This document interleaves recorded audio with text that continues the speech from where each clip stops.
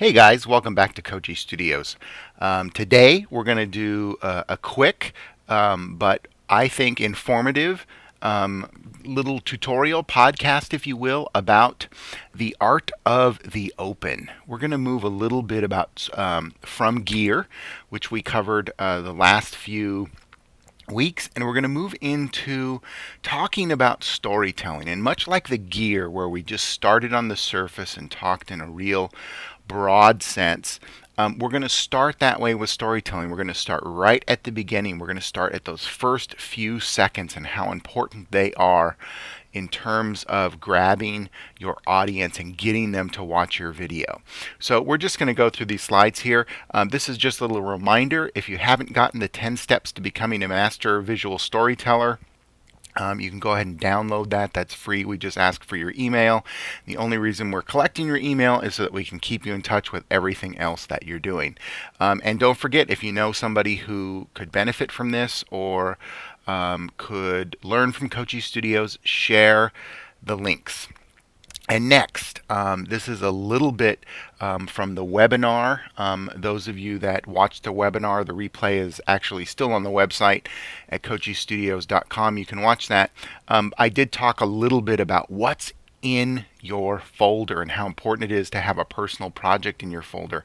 I think now that summer's here, summer is a great time to start thinking about starting a little mini project to push yourself into action and to just push your creative energy. So go ahead and start a little personal project on your desktop, name it personal projects, and put something in there you're working on, whether it's a series of photographs, an audio recording, a video, anything to push yourself in the direction that you want to go. Next, like I said earlier, this is basically about how to get people to watch your videos.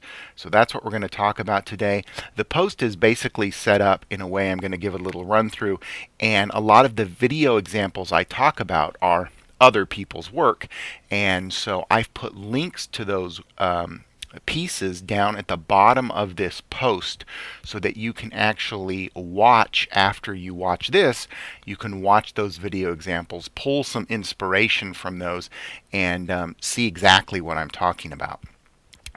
So again, no matter how awesome you think your video is, the more people will watch it to the end if it's shorter. This is a tried true fact. It comes from Vimeo, it comes from YouTube, and it comes from analytics from both of those places. Actually, Google has a great analytics website, and believe it or not, there are some great statistics that you can find out about your own videos that you post on YouTube and how well they perform and when people drop off, and show you that shorter videos tend to get people to watch longer. So if you have a message you're trying to send, whether it's just a story or it's a message for a business or it's for a nonprofit, if you can make your videos shorter, your message is bound to be watched all the way until the end. Your message is bound to be delivered.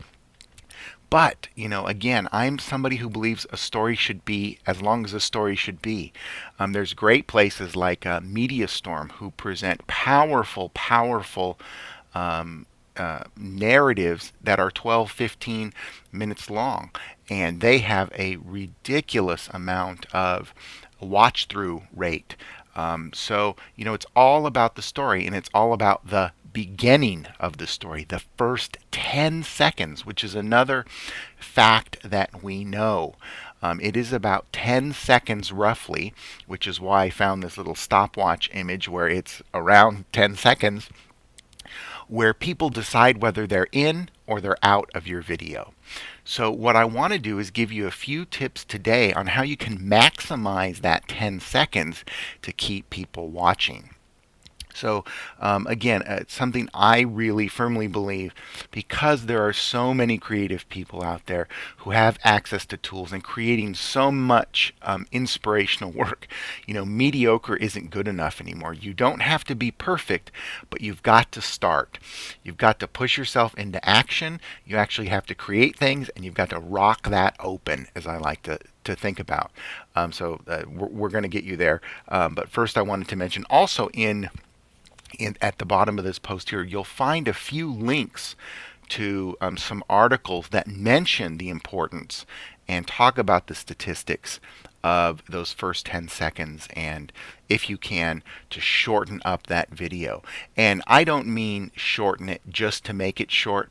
I mean, if you can edit, and the more editing you can do, and they say in the business, you can cut your darlings. If you can tell a tight story in a very small amount of time, it really, over the long run, makes you a better storyteller.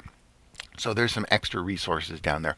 Also, there's this resource that my beautiful wife Christina shared with me from lifehack.org that I thought was just wonderful and really speaks to what I'm trying to get across here at Koci Studios. The underlying manifesto, if you will, is the world does not reward perfectionists. It's not about perfection. It rewards those who get things done.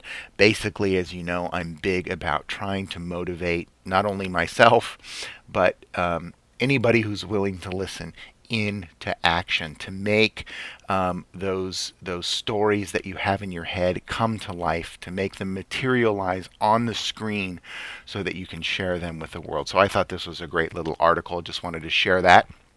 So start strong or go home was how I wanted to title this little presentation. So let's get on with it. So start with a strong title and a compelling thumbnail. Believe it or not, these things matter.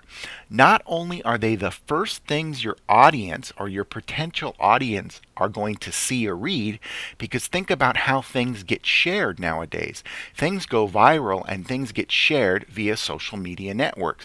Whether it's Twitter or Facebook, it doesn't matter. And what people are sharing is the title, right? The title to your piece always gets shared, and the thumbnail that's sitting as what we call the poster frame of your video. Much like both of these videos here, which I'm using as examples, and you can see them down at the bottom.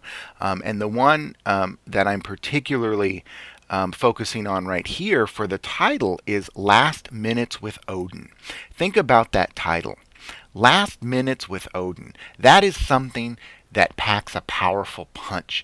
You know what you're going to get. It's still mysterious and intriguing enough, and I think descriptive enough, but that kind of title really makes me want to click. Now, the thumbnail isn't particularly enthralling. But I want you to watch Last Minutes with Odin if you haven't seen it. It's an absolutely fantastic little narrative. And again, they really rock the open there. They really nail the open because the first 10 to 15 seconds of that video is very powerful, what the subject has to say. So you get this great title, you get this really great open, and it's a really inspirational video in terms of how it's made, and I think there's a lot to learn there. The other piece, and I mentioned them earlier a little bit, and how well they do long-form storytelling, is MediaStorm. And MediaStorm just goes to great lengths to make sure that the fit and finish on all of their videos are absolutely just top notch. And I think that this thumbnail, this very compelling thumbnail, I mean, just looking at this image and makes me want to click on this video. So don't forget, those are two things you can knock off the bat right away that are going to pull people in. Strong title, compelling thumbnail. First things people see, take pride in them, pay attention to them, make them good. The next thing, please do not start with a text slide. This is what I mean. When you watch Last Minutes with Odin, which I've put here on the screen, you notice it does not start with a text slide like the fake one I created here. And what I want you to do is imagine that open, so assuming you've seen it, or remember this as you see it. Think of that if that open was opening with a text slide like this contextual, informative slide that I like to think is somehow a stop sign. And you don't want to put a stop sign at the beginning of your story. You really want your story to already be flowing, to already be going, to already have open on action and open on flow and open with mystery and power and drama, and we'll talk about a few more of those things. But Jason Wood of name here, and spends a day with his dog Odin as Odin's struggle with cancer finally come to an end. Okay, well that's great context. It's journalistically strong and sound, and it might be your inclination. But it's boring, and it's a stop sign, and you only have 10 seconds, and it's probably going to take someone about 15 seconds to read that, and they're probably going to click away from it. So try and avoid the text slide start, because that's telling, and what you really want to do is show. And if you need to add context to that story, if you need to say particular things that somehow you didn't capture on video, which often happens, you can put in text slide. I'm not opposed to text slides or narration. Just don't put it at the beginning. Try and start with a great open. Really transport someone there to the moment you want them to be, or start with the strongest visual, start with the strongest quote, and then bring in the context. And never start a video, if you can avoid it, with an interview where somebody's like, hello, my name is Jason Wood, and I live in, Los Angeles, and I'm here to talk about, my dog Odin. Just an absolutely kind of corporate, boring, not very compelling way to start a story. Now, there are a few examples here where I've shown you, and I will show you, and are in the links, where it is starting with an interview. But notice when I show those examples of starting with an interview, how powerful the people's words are. So let's move on. Start with the train already in motion. This is kind of what I alluded to earlier, where you don't want to stop with a stop sign, and a title card is essentially, to me, kind of a visual storytelling stop sign. Think of opening on a scene in a train station, watching someone wait for the train, and the clock is ticking, and you're waiting, okay, and the train finally comes, and the person gets on and goes. Kind of boring. Now, this is just an example, of course, because you can argue, well, that could be building up great tension, and yes, but in this example, let's just think about the alternative to that scene, which is boom, just opening as the train's already in motion.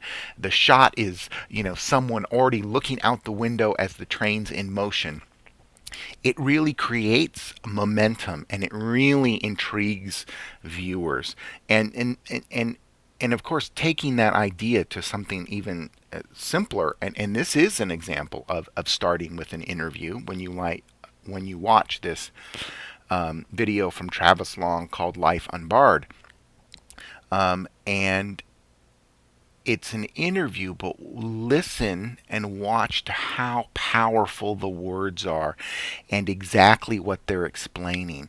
It is about a man who's wrongfully imprisoned, and instead of starting with the title card, or instead of starting with hello, my name is, or instead of starting at the beginning of the story, they literally transport you there via their words in their interview about the day he was convicted.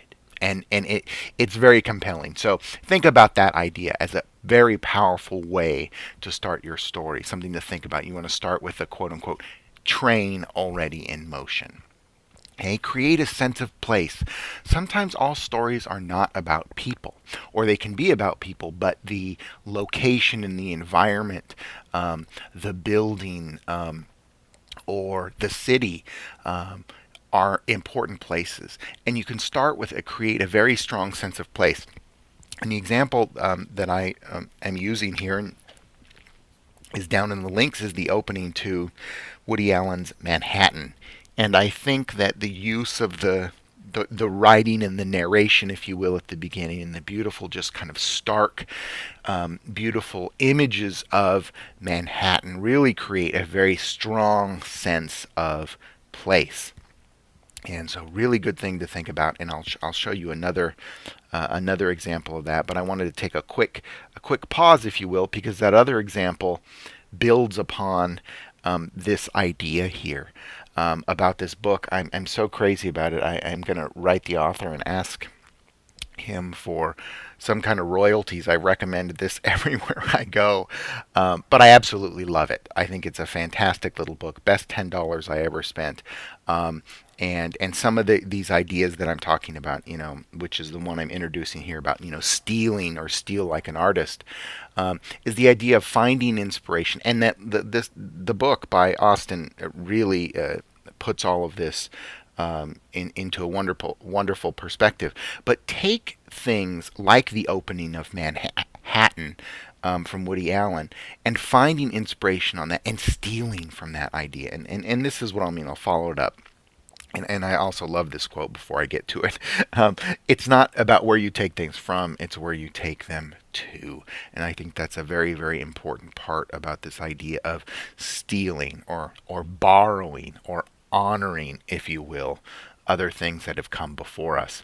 And in the example here, of course, there's no real stealing that's going on here, but you can see a very strong influence, if you will, a Manhattan or kind of a borrowing from that open, almost beat for beat. I mean, even the thumbnail, this idea of Chicago, and the opening Manhattan, and it's black and white. So think about Steal Like an Artist. And the folks from the Toronto Star, photographer and columnist, went to cover the trial, okay, the trial of Conrad Black. Now, a trial is a kind of story that would so open at the beginning and so open with the text slide and so open with potentially my name is, and have so much potential for being so boring, and yet with the idea of a strong opening, right? You have these wonderful words from Jennifer Wells, very poetic about Chicago, and you have Lucas's just absolutely stunningly beautiful black and white images that create a sense of place around Chicago and Conrad Black and where this trial is taking place, and an absolutely strong, wonderful opening. So Steal Like an Artist. Be dramatic. Do not bury your lead. Put your most important, powerful imagery, quotes up front.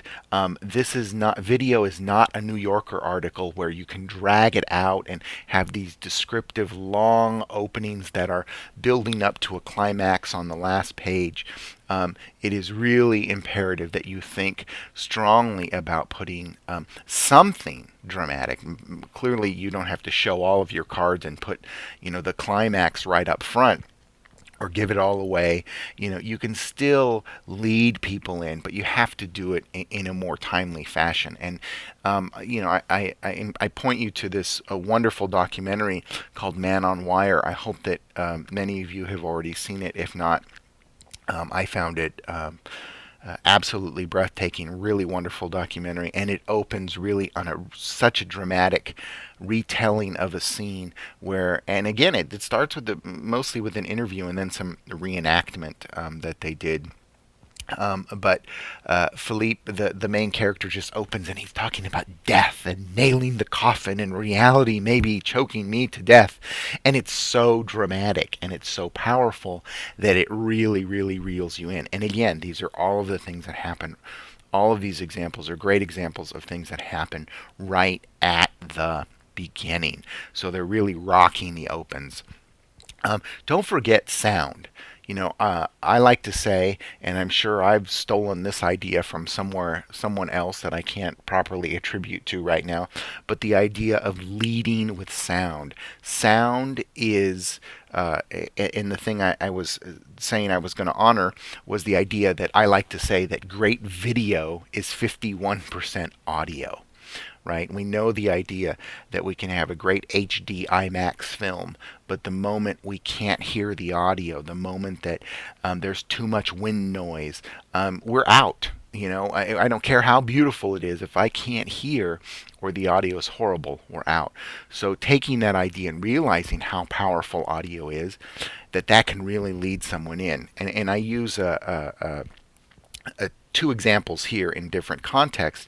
One is the opening, a Hollywood opening from Apocalypse Now, which this opening is I think the best opening to any Hollywood movie ever. I'm absolutely fascinated by it. And one of the things you hear is this almost unintelligible, unidentifiable sound that happens to be a helicopter, almost in the sound of a helicopter that might be in slow motion, and then which leads ultimately to this explosion, and then ultimately to this wonderful um, a, a multiple exposure, this kind of cross dissolve of of Charlie Sheen in oh my gosh, I hope I'm not getting that right. I know it's the Sheen. It's not Charlie.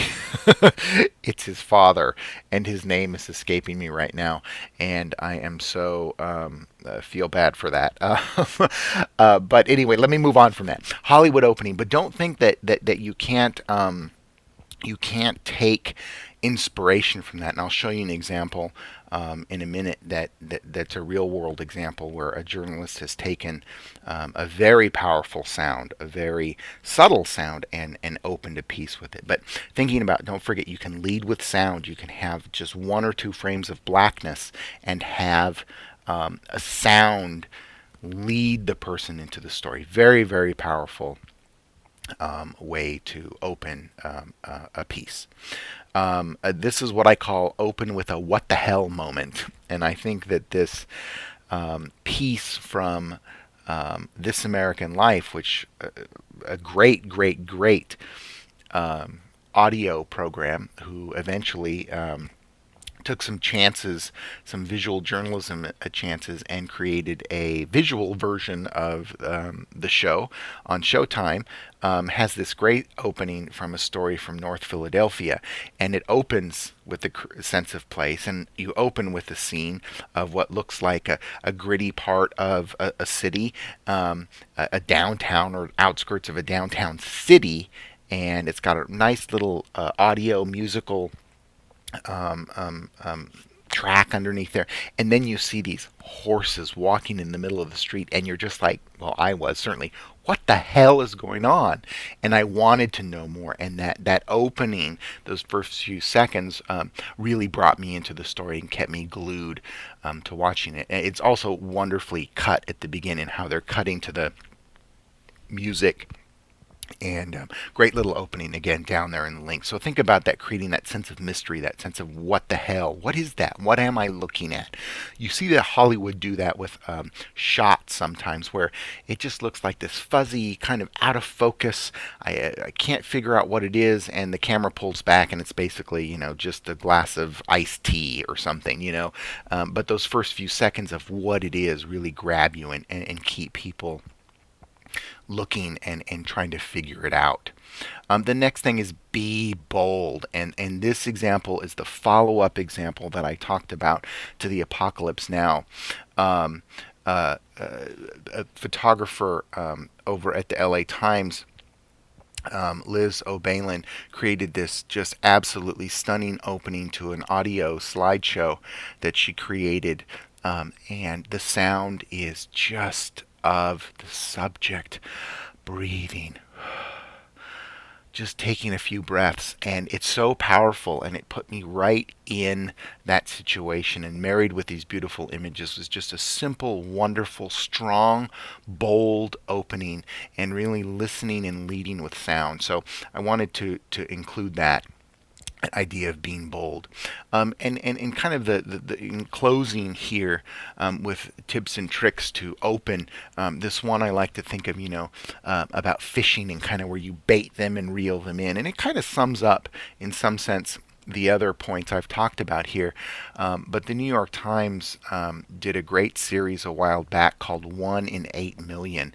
And they're just these beautiful little audio visual portraits of people in the city. And this one on this urban taxidermist, I think, just has this wonderful, opening in the first 10 or 15 seconds.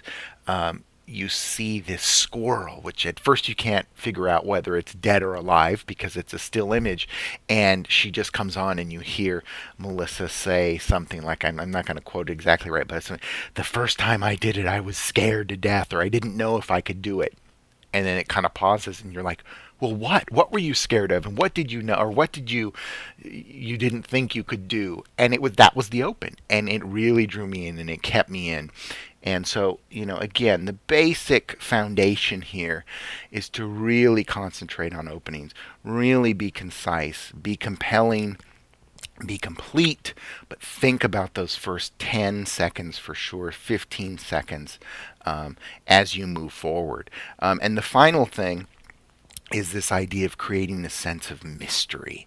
Mystery in terms of audio, like from Apocalypse Now, mystery in terms of beginning visuals, mystery in terms of anything that you can find that will help people kind of guess. You don't want to hold them. You don't want to hold them on that too long. You don't want to keep them guessing or wondering for too long, because then you'll lose them. It can be a frustrating thing. But if you do it just enough, and I recently found, thanks to a student of mine, Jason Jacks, turned me on to this series by NRS Films, of Souls and Water, and the opening to this shapeshifter, which is basically, this is from Forge Motion Pictures, and it's a really great series, and it's basically this such a mysterious opening. It reminds me a lot of Apocalypse Now, and it was almost like wondering if a volcano was erupting, or